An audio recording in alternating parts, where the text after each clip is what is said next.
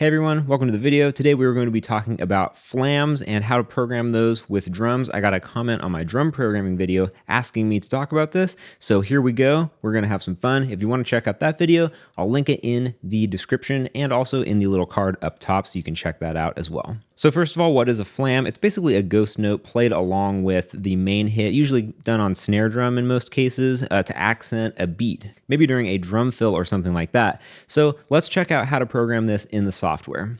So like I explained, a flam is basically a ghost note played along with the main hit. We're going to be looking at it on a snare drum. So it sounds like this. And the first way to be able to have a flam in your MIDI drums is to enable it in your drum software if it comes with a flam sample. So in Superior Drummer, which is what I'm using, we can go to the articulations and we can make sure that we have flam turned on. And then we can get this sound. And to program that in, you can just put in one MIDI note and it will play back that flam sample. So here's what that sounds like.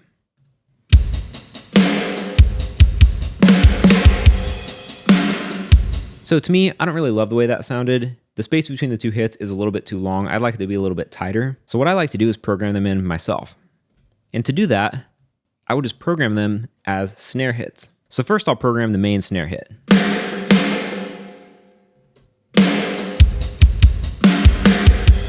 But to fatten that up, we can add our own flam in with that. So to get these to be able to be drug freely, just remember to take away the grid setting. If you have your grid on, it will snap these right to the grid lines and be right on the beat. If you want to slide them off the beat, just turn off your grid and you'll be able to move these freely. So here I have the main hits. And to fatten that up, we can add in a second hit. First, let's hear this putting that on the exact same MIDI note that will play the same sample or group of samples from your drum software. So to me, that sounds a lot better. It's a lot tighter of a sound, and that's how I prefer those to be. So one more way to kind of get this to be the most realistic that we can is to actually have the second hits be played on a slightly different sample or group of samples. So what I will do is just bring those down to this one, which as you can hear is slightly different. So that's going to sound like this. And that might mimic a little bit better how a real drummer is going to be hitting the actual drum. So that's how I would do flams for snare drum. Another way that you can actually add this into your drum programming is to do it when you do tom fills as well.